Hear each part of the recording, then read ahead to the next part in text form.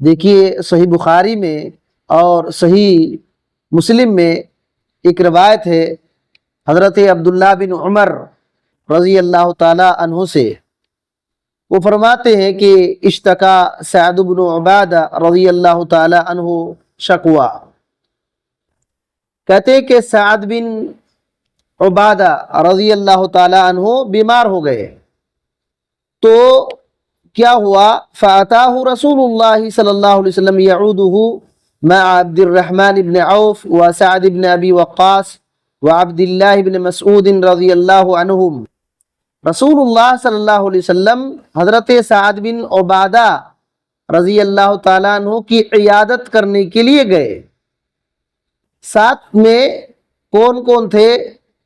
حضرت عبد الرحمن بن عوف تھے، اور حضرت سعد بن ابی وقاص تھے، اور حضرت عبداللہ بن مسعود رضی اللہ تعالیٰ عنہ، تینوں ساتھ تھے۔ گئے رسول اللہ صلی اللہ علیہ وسلم حضرت سعد بن عبادہ رضی اللہ تعالیٰ عنہ کے یہاں، فلما دخل علیہ، جب ان کے پاس گئے، وجدہ فی غشیۃ، تو اس حالت میں پایا کہ حضرت سعد بن عبادہ بے ہوش تھے۔ آپ صلی اللہ علیہ وسلم نے کہا اقضا، گھر والوں سے کہا کیا ان کا انتقال ہو گیا ہے، ان کی موت واقع ہو گئی ہے؟ تو لوگوں نے کہا لا یا رسول اللہ، نہیں اللہ کے رسول صلی اللہ علیہ وسلم، موت واقع نہیں ہوئی ہے۔ تو فبکا رسول اللہ صلی اللہ علیہ وسلم، رسول اللہ صلی اللہ علیہ وسلم رو دیے۔ ان کی تکلیف، جس بیماری میں مبتلا تھے حضرت سعد بن عبادہ رضی اللہ تعالیٰ عنہ، ان کی تکلیف کو دیکھ کر رسول اللہ صلی اللہ علیہ وسلم رو دیے۔ فلما رأى القوم بکاء النبی صلی اللہ علیہ وسلم بکوا، جب لوگوں نے دیکھا رسول اللہ صلی اللہ علیہ وسلم رو رہے ہیں تو وہ لوگ بھی رونا شروع کر دیے۔ تو آپ صلی اللہ علیہ وسلم نے کہا الا تسمعون، کیا تم لوگ سنتے نہیں ہو؟ سنو، ان اللہ لا يعذب بدمع العین، اللہ تعالیٰ آنکھوں کی آنسو کی وجہ سے عذاب نہیں دیتا ہے۔ جب صرف بندہ روئے، آنسو بہائے، یا تو دل غم ہو، ولا بحزن القلب، دل کے غم کی وجہ سے اللہ عذاب نہیں دیتا ہے۔ صرف آنکھ سے آنسو جاری ہیں، دل میں افسوس ہے، غم ہے، تو اللہ تعالیٰ عذاب نہیں دیتا ہے۔ ولیکن یعذب بہذا واشار الی لسانہ، آپ صلی اللہ علیہ وسلم نے کہا لیکن اللہ تعالیٰ اس کے ذریعے سے، اس کی وجہ سے عذاب دیتا ہے۔ اپنی زبان کی طرف اشارہ کیا، اپنی زبان کی طرف اشارہ کیا، تو اور کہا کہ او یرحم، یا تو اللہ تعالیٰ رحم کرتا ہے۔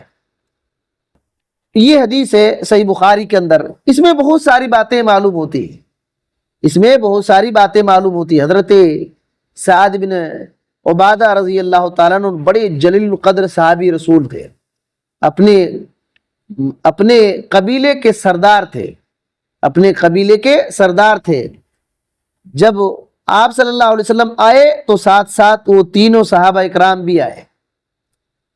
اس سے ایک بات معلوم ہوتی ہے، جس کو امام ابن حجر رحمۃ اللہ علیہ نے فتح الباری کے اندر لکھا ہے اس حدیث کی شرح میں، کہ ایک فاضل ہے جس کی زیادہ فضیلت ہے، وہ بھی اس سے کم نیچے درجے والے آدمی کی عیادت کرنے کے لیے آ سکتا ہے۔ بات میں آ رہی ہے، کیونکہ رسول اللہ صلی اللہ علیہ وسلم تو رسول ہیں، پیغمبر ہیں، لیکن آپ عیادت کرنے کے لیے آ رہے ہیں کہ نہیں آ رہے ہیں حضرت سعد بن عبادہ رضی اللہ تعالیٰ عنہ کے پاس؟ تو فاضل مفضول، یعنی جس کی فضیلت زیادہ ہے، وہ آ سکتا ہے کم درجے والے آدمی کی عیادت کرنے کے لیے، اس سے درجہ گھٹ نہیں جائے گا، اس کا درجہ گھٹ نہیں جائے گا۔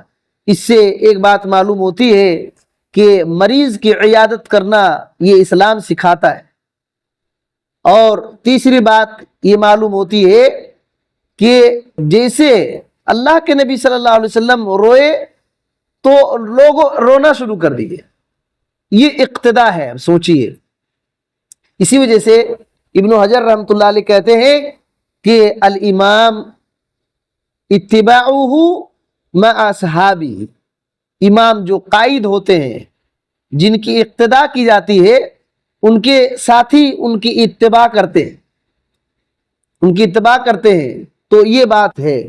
اور ایک بات معلوم ہوتی ہے کہ اگر کوئی مصیبت کے وقت، کسی کے انتقال کے وقت، انتقال سے پہلے آنکھ سے آنسو جاری ہو جا رہے ہیں یا تو دل میں تکلیف ہے، تو اللہ تعالیٰ اس کے ذریعے سے عذاب نہیں دیتا ہے، لیکن زبان سے اس کی خوبیاں بیان کر کے رونا شروع کریں گے، چیخیں گے، چلائیں گے، تو اللہ تعالیٰ اس کے ذریعے سے عذاب دیتا ہے، اس کے ذریعے سے عذاب دیتا ہے۔ حدیث میں ہے کہ ان المیت یعذب ببکاء اہلہ علیہ، کہ میت کو اس کے گھر والوں کے رونے کی وجہ سے اس کو عذاب دیا جاتا ہے، میت کو، مرنے والے کو اس کے گھر والے کے رونے کی وجہ سے اس کو، میت کو عذاب دیا جاتا ہے۔ اب سوچئے، شیخ ابن عثیمین رحمۃ اللہ علیہ اس حدیث کی شرح میں کہتے ہیں کہ دیکھیے، اللہ کے نبی صلی اللہ علیہ وسلم نے جو کہا ہے کہ مرنے والے کو اس کے گھر والوں کے رونے کی وجہ سے عذاب دیا جاتا ہے، تو اس کے بارے میں علماء نے تشریح کیا ہے اور کچھ باتیں ذکر کیا ہے۔ اس کا مطلب کیا ہے؟ مرنے والے کی تو غلطی نہیں ہے، مرنے والا تو مر گیا، بات سمجھ میں آ رہی ہے، اس کے گھر والے رو رہے ہیں، تو اس کو عذاب کیسے دیا جاتا ہے؟ اللہ تعالیٰ نے تو یہ کہا ہے کہ لا وازرۃ وزر اخری، کوئی کسی کا بوجھ نہیں اٹھائے گا، اور یہاں تو مرنے والا مر گیا، اس کے گھر والے رو رہے ہیں، تو اس کو عذاب کیوں دیا جا رہا ہے؟ اسی وجہ سے اس علماء کرام نے، محدثین نے اس کی وضاحت کیا ہے، اس کی وضاحت کیا ہے۔ پہلی بات تو یہ ہے کہ کچھ علماء نے کہا کہ مرنے والا اگر کافر ہے تو اس کو عذاب دیا جاتا ہے، ایک بات۔ دوسری بات یہ ہے کہ اگر مرنے والا وصیت کر کے گیا کہ میں مر جاؤں گا تو تم لوگ مجھ پر افسوس کرنا، رونا دھونا، اور پہلے زمانے میں تو ایسا ہوتا تھا کہ اگر کوئی مر گیا تو کرائے پر رونے والی عورتوں کو بلاتے تھے، بس میں آ رہی ہے، بلاتے تھے کہ آؤ رو، اور آج کل بھی ہوتا ہے۔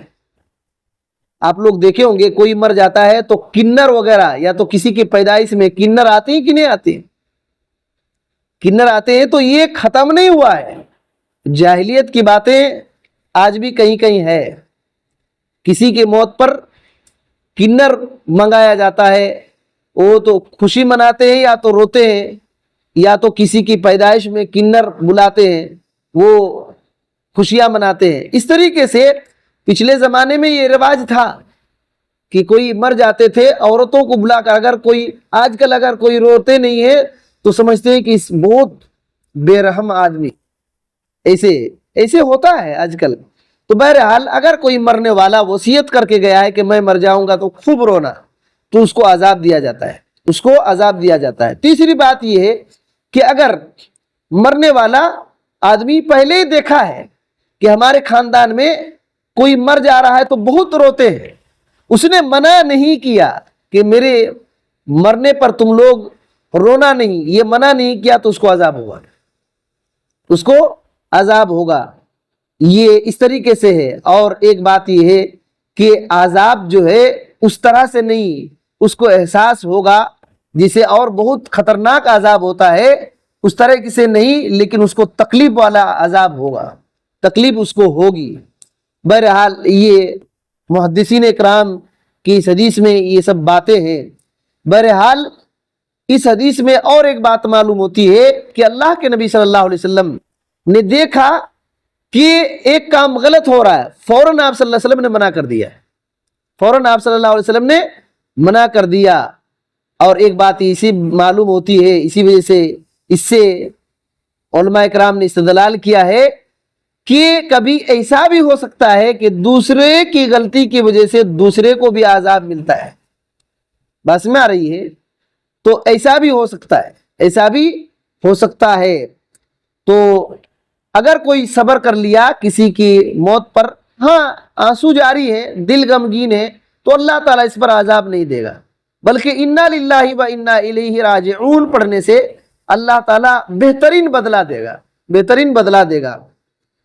اسی وجہ سے رونا، چیخنا، چلانا زبان سے اس کی صفات کو بیان کر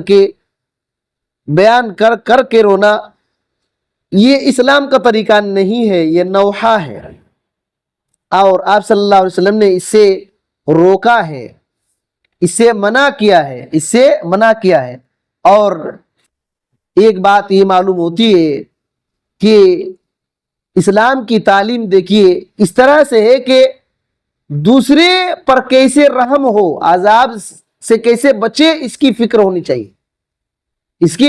چاہیے۔ اللہ کے نبی صلی اللہ علیہ وسلم کی یہ سب تعلیمات ہے۔ اللہ تعالیٰ سے دعا ہے کہ اللہ تعالیٰ ہمیں ہر قسم کے برائی سے بچا کر رکھے، اور اللہ تعالیٰ ہم کو سیدھے راستے پر چلنے کی توفیق دے، اور آخرت میں اللہ تعالیٰ ہم کو ذلت و رسوائی، عذاب، شرمندگی سے اللہ بچا کر رکھے۔ آمین۔ السلام علیکم ورحمۃ اللہ وبرکاتہ۔